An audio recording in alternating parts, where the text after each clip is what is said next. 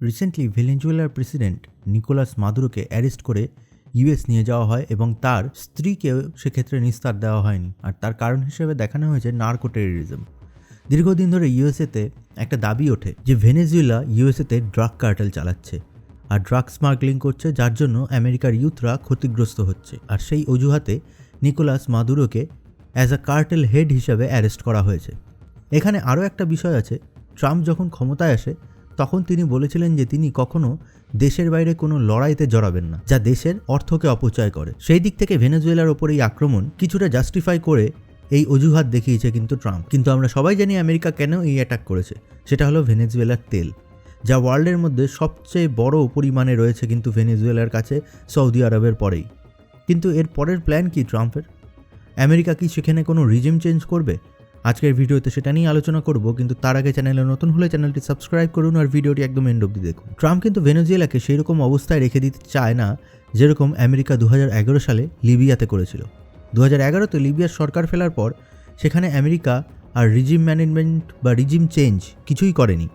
Libya জুড়ে দেখা দিয়েছিল ব্যাপক ক্যাওস, আর যার আঁচ এসে পড়েছিল কিন্তু আমেরিকার ওপরেও এবং লিবিয়ার আশেপাশের দেশে।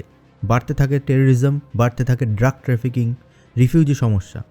আমেরিকা তার আগের ভুল থেকে শিক্ষা অর্জন করেছে। আবার এটাও ঠিক যে ভেনেজুয়েলাতে ট্রাম্পের অল্প একটু বম্বিং আর তাদের প্রেসিডেন্টকে তুলে নিয়ে গিয়ে ভেনেজুয়েলাতে খুব একটা অস্থিরতা তৈরি করা সম্ভব না, কারণ সেই দেশের রুলিং পার্টি, অপোজিশন পার্টি, এমনকি আর্মি, পুলিশ সব ঠিকঠাক রয়েছে, সবারই ফোর্স ইন্ট্যাক্ট রয়েছে, তাদের কোনো ফোর্সকেই ভেঙে দেওয়া হয়নি। তাই ভেনেজুয়েলাতে চরম ক্যাওস তৈরি হওয়ার মতো সম্ভাবনা নেই লিবিয়ার মতন। কিন্তু আমেরিকা এখানে রিজিম চেঞ্জ করতে পারে। আপনাদের হয়তো মনে আছে কিছুদিন আগেই শান্তিতে নোবেল পেয়েছিলেন ভেনেজুয়েলার অপোজিশনের লিডার।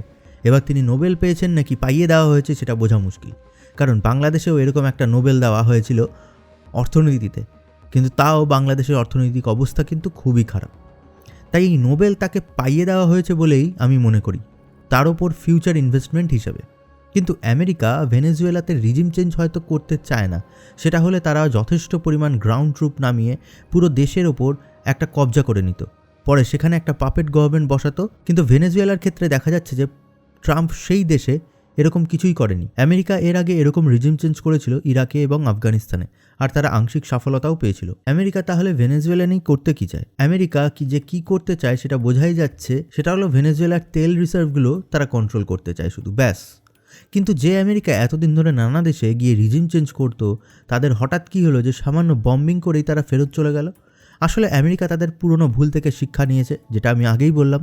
আর তার সাথে আফগানিস্তান আর ইরাক নিয়ে তাদের শিক্ষা হয়েছে, যেখানে সুষ্ঠু সরকার প্রতিষ্ঠার উদ্দেশ্যে আমেরিকা প্রবেশ করলেও তা আমেরিকার আর্মি আর ইকোনমির জন্য এক বিশাল বড় বোঝা হয়ে দাঁড়ায়, যেখানে আমেরিকা কয়েক দশক সময় নষ্ট করে ফেলে।